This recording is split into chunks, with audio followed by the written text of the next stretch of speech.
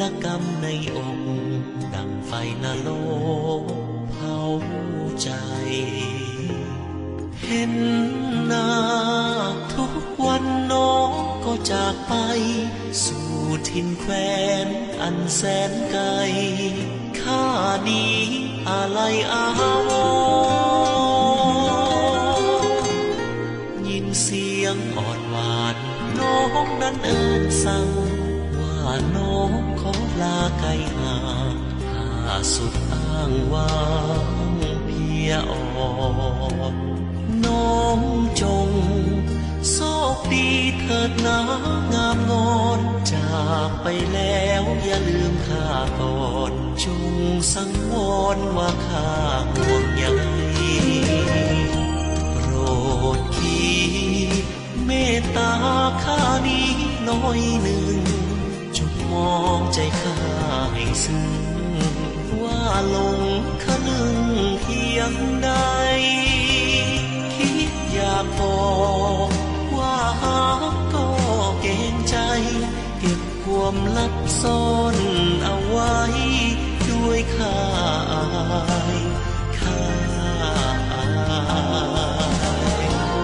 สิ้นเสียงสั่งลาน้องข้าก็หา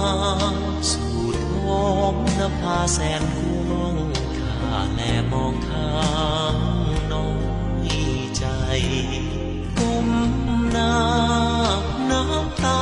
ก็ลินตกในหมดทางแล้วที่ข้าจะได้เปิดหัวใจว่าแก้วตา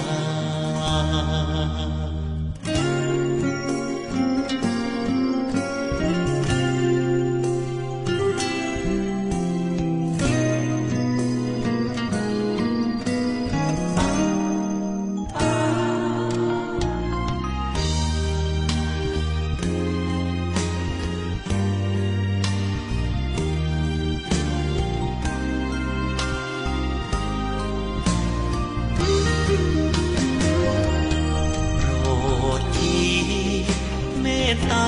ข้านี้น้อยหนึ่งจงมองใจข้าให้ซึ้งว่าลงคนึงเพียงใดคิดอยากบอกว่าหากก็เกรงใจเก็บความลับซ่อนเอาไว้ด้วยข้า